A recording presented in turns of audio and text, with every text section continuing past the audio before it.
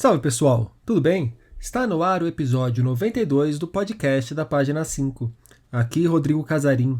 Página 5 é também a coluna de livros que edito no portal UOL.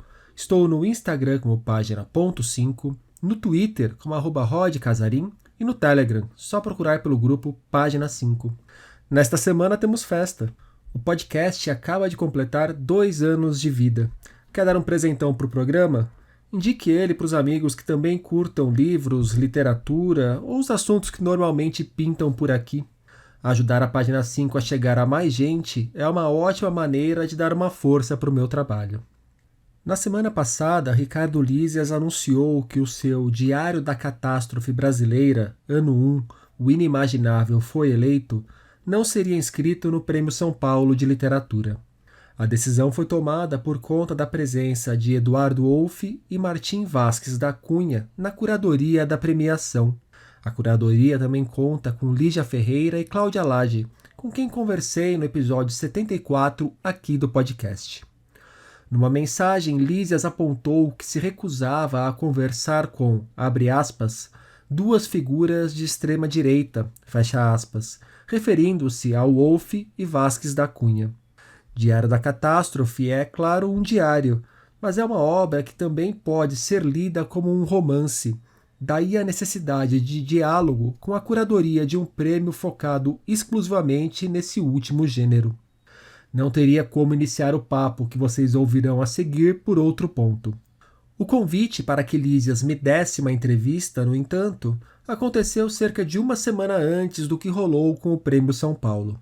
Chamei Lísias para conversarmos sobre o novo volume de O Diário da Catástrofe Brasileira, obra na qual seu narrador registra a derrocada do país nos últimos anos, o que levou a e o que foi acentuado pela eleição de Jair Bolsonaro. A conciliação e as possíveis pontes que podem ou não ser construídas com gente que foi fundamental para que Bolsonaro chegasse ao poder é um dos temas discutido por Lísias nesse segundo volume do trabalho. Diário da Catástrofe Brasileira, um genocídio escancarado, começa com uma preocupação bem grande com a educação, propondo inclusive formas para se trabalhar com a arte em sala de aula. Só que estamos falando de um livro que retrata o ano de 2020.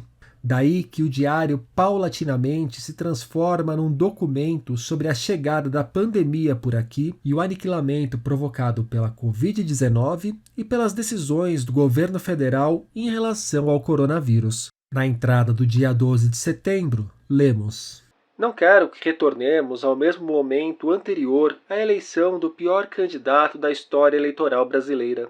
Essa tragédia está incrustada na nossa vida para sempre. É pior que uma queimadura, já que não permite nenhum tipo de cirurgia plástica. Somos daqui em diante uma nação fraturada. 57.796.986 de votos em uma pessoa cuja única proposta era promover racismo, machismo e homofobia não são limpos como se fossem lama velha na calça. Acho que devemos, isso sim, aprender a andar outra vez.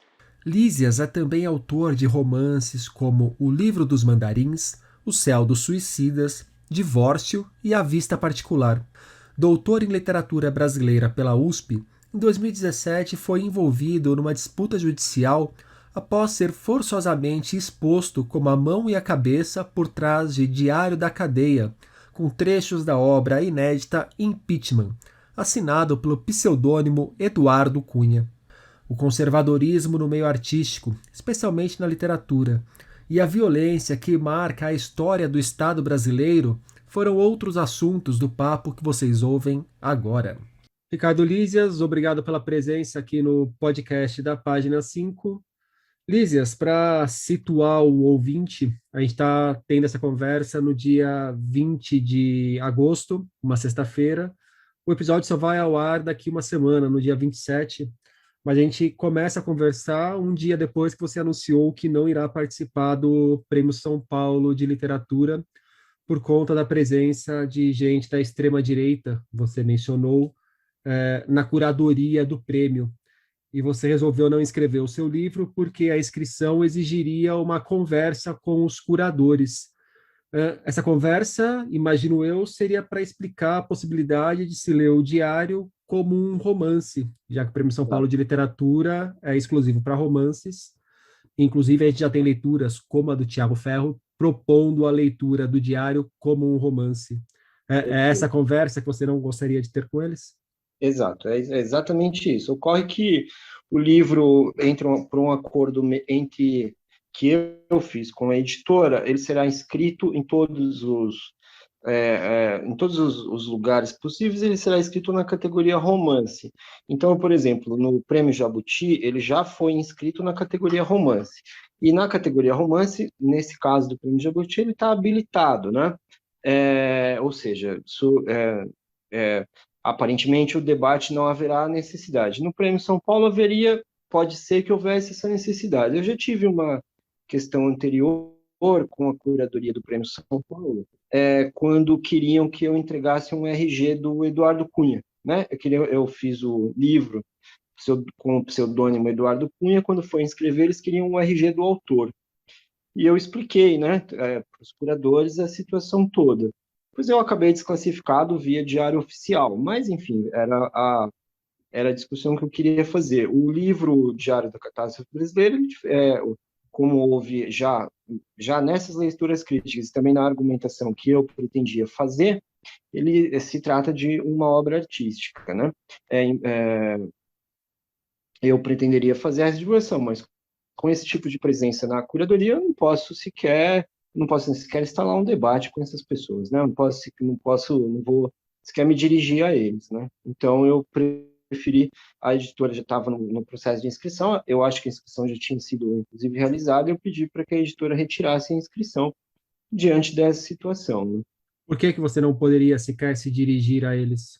Não, porque eu não posso instalar nenhum tipo de debate com a extrema-direita. Isso é, inclusive, algo que esses dois próprios livros falam, né? Esses dois próprios livros, eles defendem realmente a hipótese de que a gente não pode, não se pode permitir a presença desse tipo de fundamentalista, não é, na nossa vida cotidiana, porque isso não pode ser cotidianizado, por assim dizer, isso não pode ser normalizado, não é?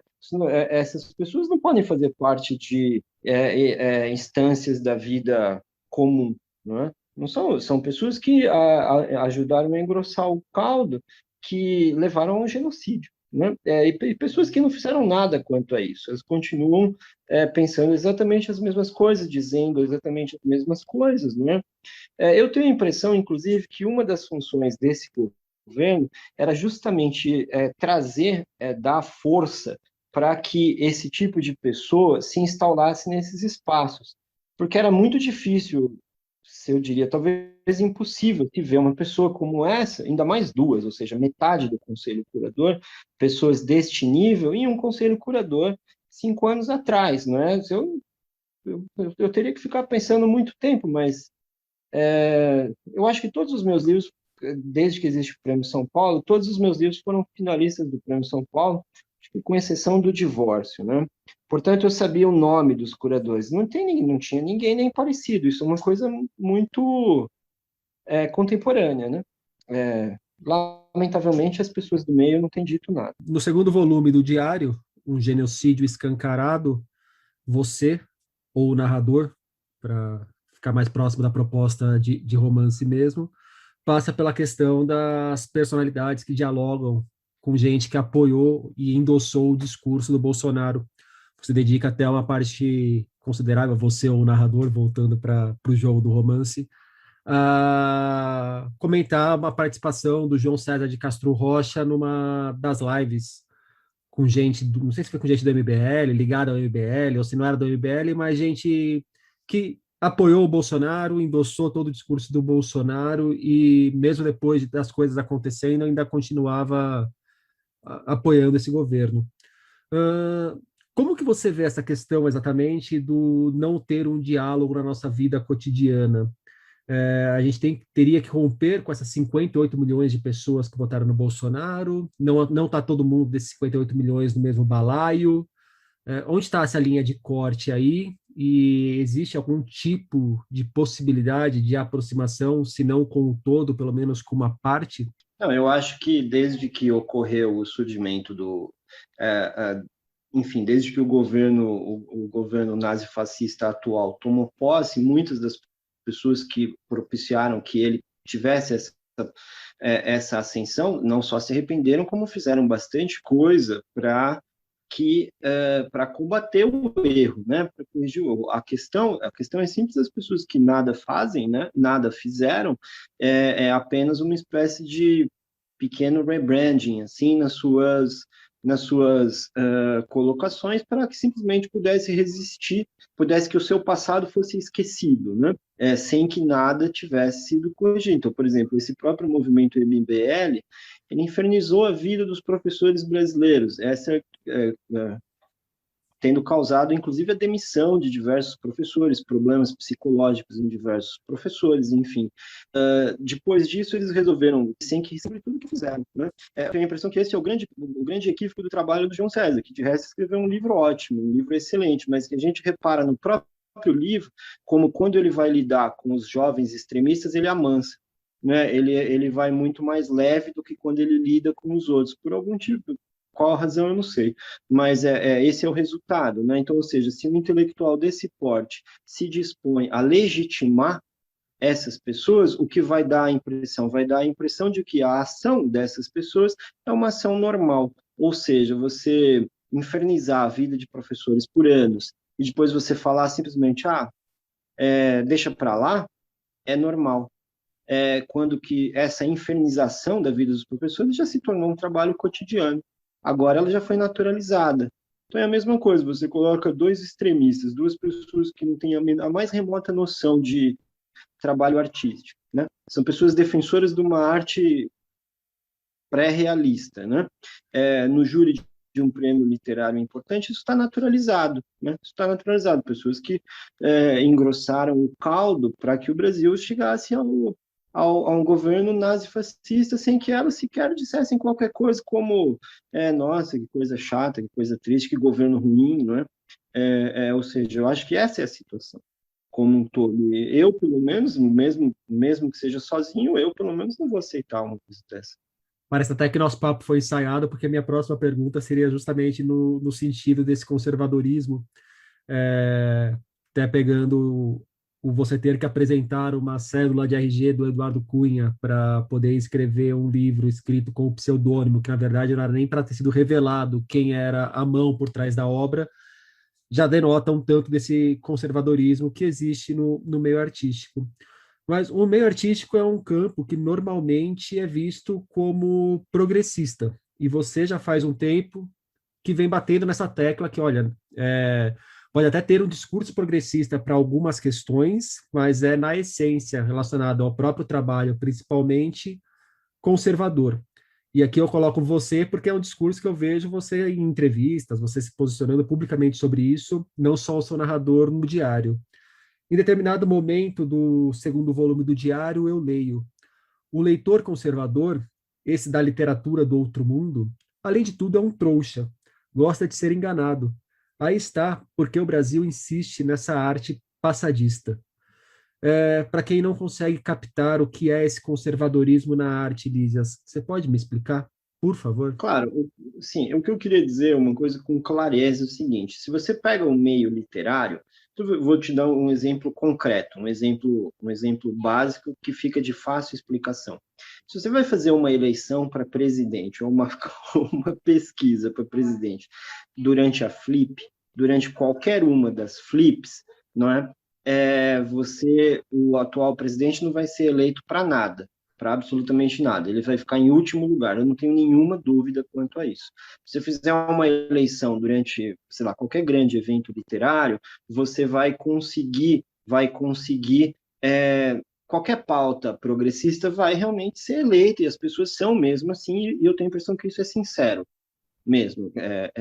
A questão é, quando vai se lidar com a forma artística, com a forma do trabalho artístico, nesse momento, nem sempre foi assim, não é? Nem sempre foi assim, mas no momento atual, o que há, por algum motivo que eu também tenho alguma dificuldade de explicar, mas que se pode tentar compreender, não é, por algum motivo, o que há é uma prevalência de uma espécie de realismo envelhecido. Não é que eu não consigo saber de onde isso vem, romances com começo, meio e fim, né?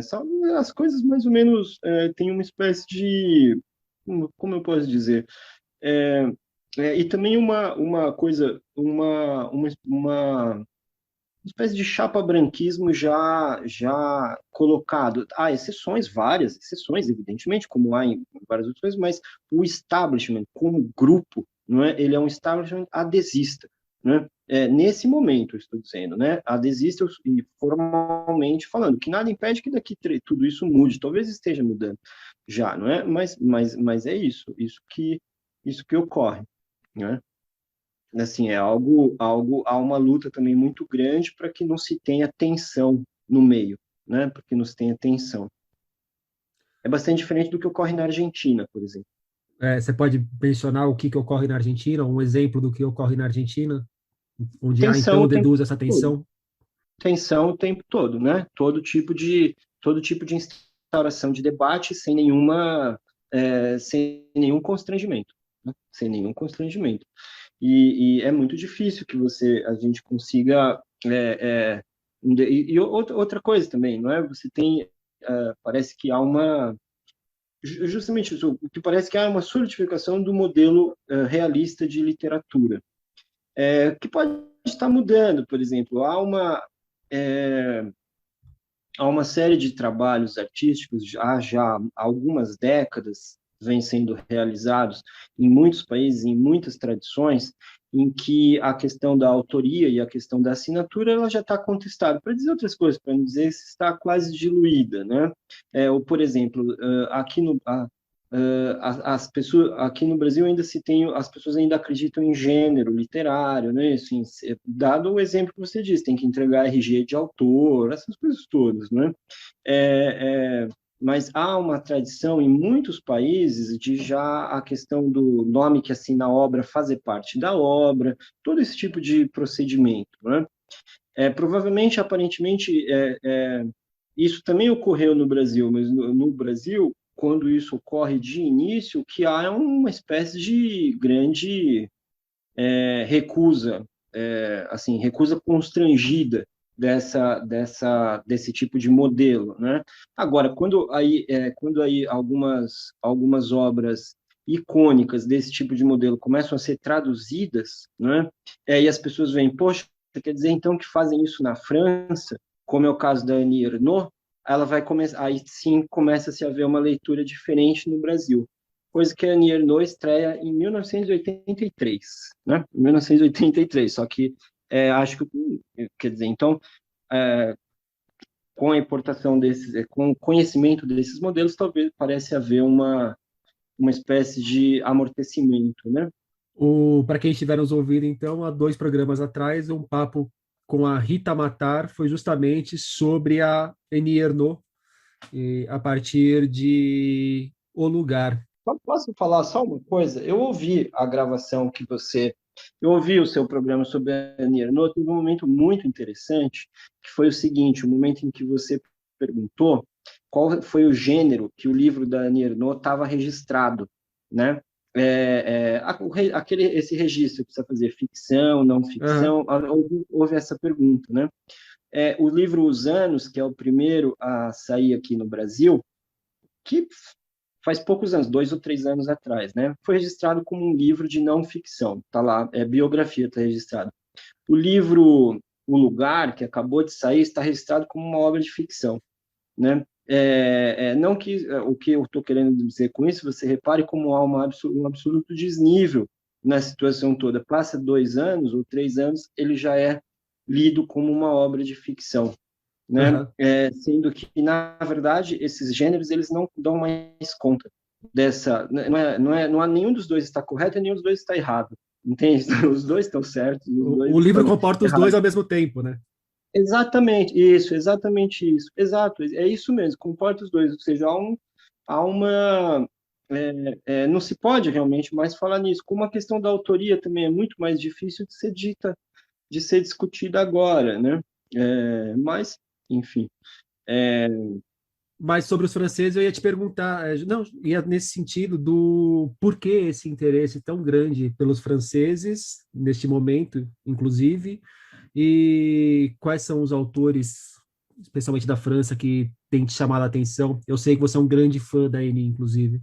sim, ela eu acho uma das melhores, mas eu acho outras. Agora, uma das características da literatura francesa, como também é característica da literatura argentina, é que são literaturas contra-majoritárias, né? E literaturas contra, como eu posso dizer, festivizações. Então, por exemplo, a massa da literatura francesa contemporânea, Virginie Despentes, Edouard Louis, a própria Nierno, são demonstrações muito claras e cabais, né, da inaptidão, como eu posso dizer, do mal, em contrariedade com a sociedade francesa. A sociedade francesa que é uma sociedade atrasada, uma sociedade racista, a sociedade francesa, a gente assiste manifestações contra a vacina há 6 semanas, né? Todos os fins de semana tem milhares e milhares de pessoas fazendo manifestação contra a vacina. E tem também uma espécie de, como eu posso dizer, uma espécie de desmitologização do que é o mito da França dos direitos humanos, da França desenvolvida, da França em que essa literatura, que é a literatura do establishment, né? Essa literatura do establishment, ela é uma literatura contra majoritária.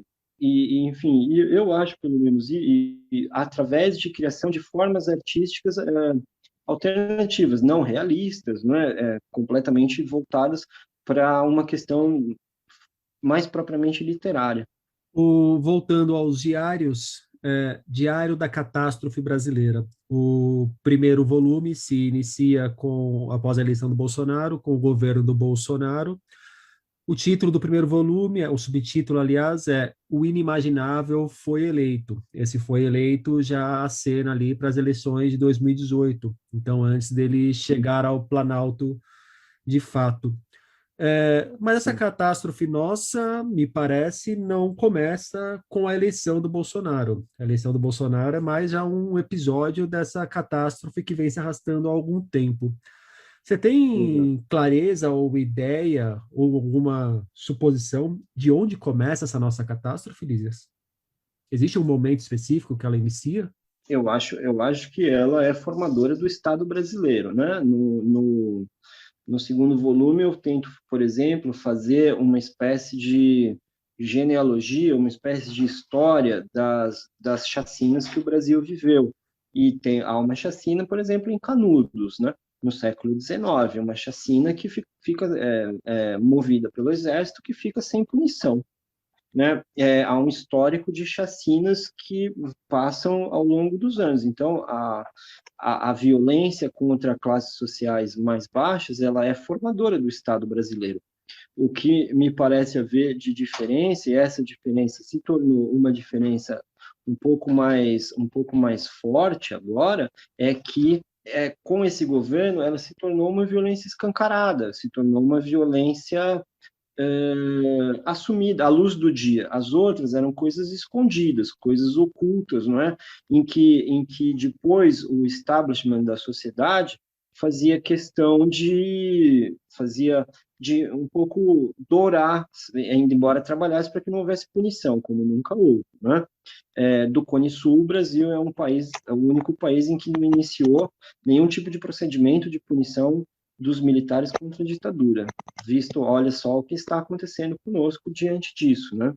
Que eu acho que a catástrofe sempre esteve colocada, mas agora ela foi oficializada e ela agora está à luz do dia. Inclusive, eu acho essa parte do livro muito forte, foi uma das que mais me impactou, especialmente naquele momento da chacina do Carandiru, que o Sim, narrador fala sobre uma ida dele até o Carandiru para ver o que estava acontecendo, mas precisou descer no Tietê e foi com as coisas de escola e encontra um garoto que possivelmente estava indo para Carandiru junto com a mãe para ter notícias do pai. E aquele olhar que depois o narrador só vai encontrar de novo num refugiado na Alemanha foi um dos momentos mais marcantes assim da leitura desse segundo volume do diário para mim. E como tem sido, Lísias, a feitura desse diário? Eu imagino que é um trabalho bem desgastante, não só ter que viver Desagradável. tudo o que a gente está vivendo, como ter que chegar no dia ou no momento e sentar. Não sei se você escreve realmente todos os dias, mas sentar, repassar e colocar no papel uma parte dessa desgraça toda. Inclusive, esse diário, o segundo volume, acabou virando um documentário sobre a escalada da pandemia também, me parece. Pois é. Pois é, exato, tem razão. Acabou virando completamente sem querer. Você tem nos primeiros meses o início da pandemia, como todo mundo não compreendendo nada, até no final. No final, ele acaba, enfim, entrando naqueles centenas de milhares de pessoas, né? Contaminadas, enfim, os óbitos. Eu mesmo terminei internado, né? Então, ou seja, uma grande há esse aspecto de documentação. Tanto é que esse livro é muito lido e está sendo, o segundo volume está repetindo o fenômeno do primeiro, ele é muito lido por professores universitários, cursos universitários de história, né? História, ciências sociais, enfim, esses cursos têm se interessado muito por esse trabalho, né? É um trabalho muito desagradável de se fazer, né? Muito difícil, mas também, por outro lado, ele me faz refletir em muitas das questões que eu tenho mesmo pensado, né? Então ele não é necessariamente algo só muito pesado, né? Mas não é algo que eu gostaria de estar fazendo, obviamente. Também não é algo que eu gostaria que encerrasse amanhã, sabe? Assim que eu terminasse aqui, abrisse ali o UOL, fosse ver as notícias e uma das notícias fosse que acabou, né? É, como eu também não sei, não tenho muita ideia, mas era isso que eu gostaria que não fosse. Mas o trabalho artístico, ele não é necessariamente uma oferta de conforto, né? Nem para quem cria e nem para quem o recebe. Então, eu nunca acreditei nisso, nunca foi exatamente tão simples para mim. Deveria ser agora. Só não precisava ser tão desagradável. Ou você gostaria que terminasse agora, que você abrisse o UOL e visse que não tem mais por que você continuar com esse diário? Exato. A Mas manchete. A num manchete do cenário. UOL está sendo levado para a Haia para ser julgado por crimes contra a humanidade. Esse é o que eu gostaria. Tipo um sonho, sabe? Assim, a gente abre ali, eu olho as notícias a cada 1, 2, 3 horas. Na próxima que eu abrir, essa notícia é essa: está sendo levado para ser julgado por um tribunal internacional por crime de genocídio. Por outro lado, pensando num eventual pesadelo, se o Bolsonaro for reeleito no ano que vem, esse diário passa a ter 8 anos? Olha, começa a virar um pesadelo, né? Assim, é provável que sim, né? É provável que sim, mas eu não acredito que isso ocorra. Não sei também. Eu não gosto de fazer nenhum tipo de previsão. Não, acho que as previsões são bastante difíceis. Eu realmente não gostaria que o trabalho continuasse, não, né?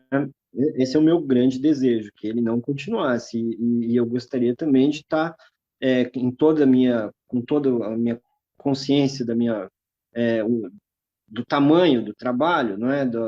Das limitações, enfim, da humildade do trabalho, não é? Dessas limitações, gostaria de estar colaborando pelo menos um pouquinho, né? Com esse desejo que eu tenho de ver na manchete do UOL, né? Uma questão da escrita dele mesmo, assim, relacionado à narrativa. Em diversos momentos você traz para o presente da narrativa coisas que aconteceram no futuro. Só para pegar uma data qualquer para ilustrar, você pode, de repente, no dia 3 de março de 2020, trazer uma informação que aconteceu em novembro de 2020. Por que essa opção por antecipar alguma das questões, não deixar o diário só no momento que ele está acontecendo mesmo, no dia que ele acontece? No dia que acontece a entrada, melhor dizendo. Perfeito. É porque o primeiro gênero diário ele permite isso, né?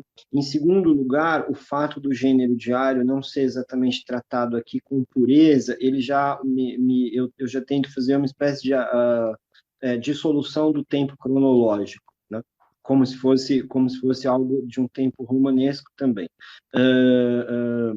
E depois existe também uma tentativa muito grande do narrador, que tem o meu nome, ou seja, o nome que assina a obra, faz parte da obra, né? O narrador demonstrar a sua consciência, né? De um trabalho de revisão do que ele mesmo realizou. Eu interpreto menos isso como uma possibilidade de reflexão, né? Uma chance de reflexão. E nesse segundo volume começa com umas propostas muito interessantes, tem uma pegada bem bonita o começo dele, que você vem com pensamentos, reflexões, e propostas, mesmo, como eu disse, relacionadas ao ensino, à sala de aula, pensando numa formação futura.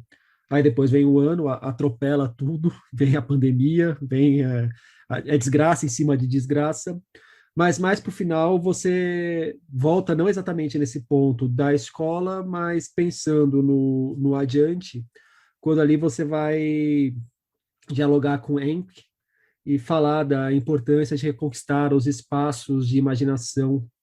A gente lê em certo momento.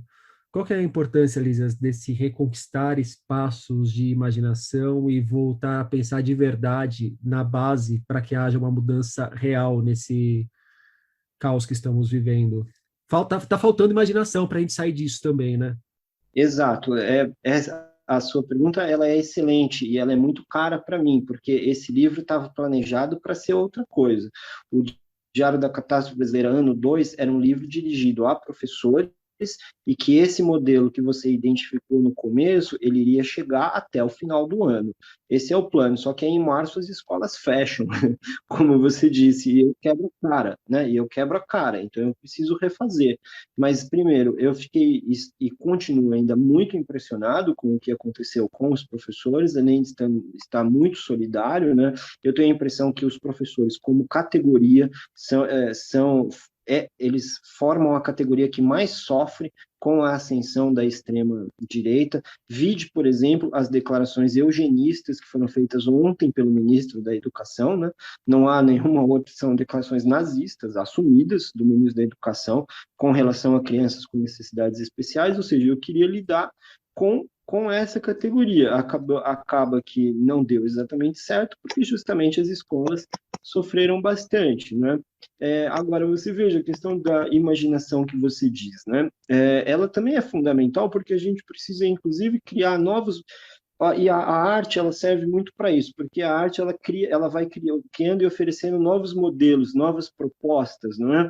Quando ela é uma arte nova, né? Ela vai oferecendo novas propostas de organização. Então, parece muito razoável que ela consiga, ao mesmo tempo, tentar algum tipo de proposta nessa área. Então, veja, as pessoas, há uma coisa interessante no momento contemporâneo, que é o seguinte: a gente se declara contrário à ordem capitalista do momento, à ordem exploradora do capitalista dos momentos, as pessoas logo pensam, não, então você é um comunista stalinista. Ou seja, a pessoa tem a cabeça assim, ou você é um ou você é o outro. Quando você diz que você também não é stalinista, então você não é comunista stalinista totalitário, faz algum tipo de loucura na cabeça das pessoas, porque elas acham que só podem existir dois modelos.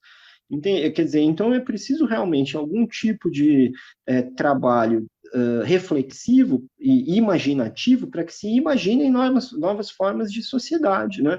Novas formas de organização social. E isso passa, me parece que passa também por um trabalho de educação. Quando eu digo educação formal, educação escolar, né? Na escola mesmo. E eu vejo muitos professores tentando isso, né? Até porque vários adotam meus livros e eu termino com algum contato às vezes, né? Então eu consigo compreender certas coisas, mas tem essa dificuldade momentânea também muito grande. Você tem toda razão na sua pergunta. A gente precisa de mais imaginação para parar com esse negócio de que ou você está do lado do BTG Pactual ou você está do lado do Stalin, não é? Quer dizer, isso tem que acabar. Eu não estou do lado de nenhum dos dois, entende? Quer dizer, eu estou do lado do meu, de uma outra coisa, né? Então, eu concordo, acho que a gente precisa mesmo imaginar novas saídas, precisa criar oportunidades, a gente precisa se colocar de forma sincera, não é? De forma clara também quanto a isso, desinteressada, né? Essa é a minha opinião, pelo menos, né? É isso que eu tento fazer. Ricardo Lísias, muito obrigado pelo papo. Já terminamos? Já Já terminamos. terminamos? Quer falar mais alguma Ah, coisa? Se quiser, o microfone está aberto. não, Quer não perguntar tem, alguma não, coisa? não tem, Só não vale falar de não, não futebol, tem. porque essa semana o São Paulo tomou uma piaba desgraçada do Palmeiras, não, não tô podendo falar de futebol. Não, mas a parte do futebol também não é o meu forte no momento, mas já estivemos bem. Já estivemos bem lá em 1982, mais ou menos. É, eu não peguei É, essa época. enfim, mas não, eu agradeço bastante a conversa e espero que as coisas melhorem para todos nós, né? Diário da Catástrofe Brasileira, ano 2, um genocídio escancarado, de Ricardo Lísias, sai pela Record.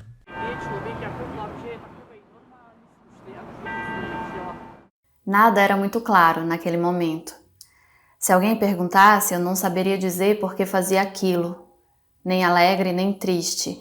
Agia como se estivesse no automático. Cortar a carne macia, usar um facão bem afiado que desliza como patins no asfalto, romper os músculos com o cutelo mais resistente, serrar as articulações separando a cartilagem entre os ossos, íleo, sacro, rádio, ulna. Você sabia que um bebê tem mais ossos que um adulto? Colocar o membro lacerado no moedor. Metacarpos e falanges fazem barulho de criança mastigando cereal. Observar a carne moída saindo com um guincho quase humano. Repetir o processo, até não haver mais corpo. Uma ficção híbrida que pode ser lida tanto como um romance quanto como um livro de contos. É isso que Dia Nobre entrega aos leitores em No Útero Não Existe Gravidade, livro do qual a escritora acabou de ler um trecho para a gente.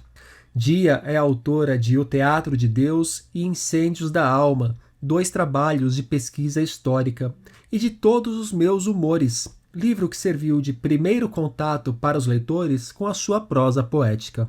A autora deu a palavra sobre No Útero Não Existe Gravidade. Olá, Rodrigo e ouvintes do Página 5. Eu me chamo Dia Nobre, sou escritora e historiadora. Em primeiro lugar, eu gostaria de agradecer o espaço aqui no podcast. Me sinto muito honrada em vir aqui dividir com vocês um pouco sobre o meu novo livro, que se chama No Útero Não Existe Gravidade, que foi lançado este ano pela editora Penalux. Bom, o livro é uma ficção híbrida, pode ser lido tanto como romance ou como contos separados. E ao longo da narrativa, a gente acompanha uma personagem feminina da infância até a vida adulta, tentando remontar mentalmente um quebra-cabeça de memórias e de momentos da mãe, ao mesmo tempo em que ela lida com os traumas e questões que foram causadas pelo desamparo. A personagem ela se depara também com questões como automutilação, abuso, solidão e tenta encontrar um sentido para a sua própria existência, conforme a narrativa se desenvolve. No Útero Não Existe Gravidade, de Dia Nobre, chega aos leitores pela Penalux. Tomávamos uma cerveja num boteco lá do Pelourinho quando Evanilton Gonçalves me contou que estava escrevendo um romance inspirado na série Amores Expressos. A ideia da série era a seguinte: escritores eram mandados para determinadas cidades pelo mundo onde ficavam por um certo tempo, um mês mais ou menos. Depois, precisavam escrever uma história que se passasse naquela cidade. O Evanilton se define como um prosador. Escreve crônicas para o jornal A Tarde da Bahia e é autor do interessante Pensamentos Supérfluos, coisas que desaprendi com o mundo. Agora lança o seu primeiro romance, justamente aquele no qual alude à série que mencionei. Em O Coração e Outra América, Evanilton aproveita um bom tanto de suas andanças pelo México. Olá, Rodrigo, leitores e ouvintes do Página 5. Eu sou o Evanilton Gonçalves, autor do romance O Coração e Outra América, que foi publicado em abril desse ano pela Paralelo 13S.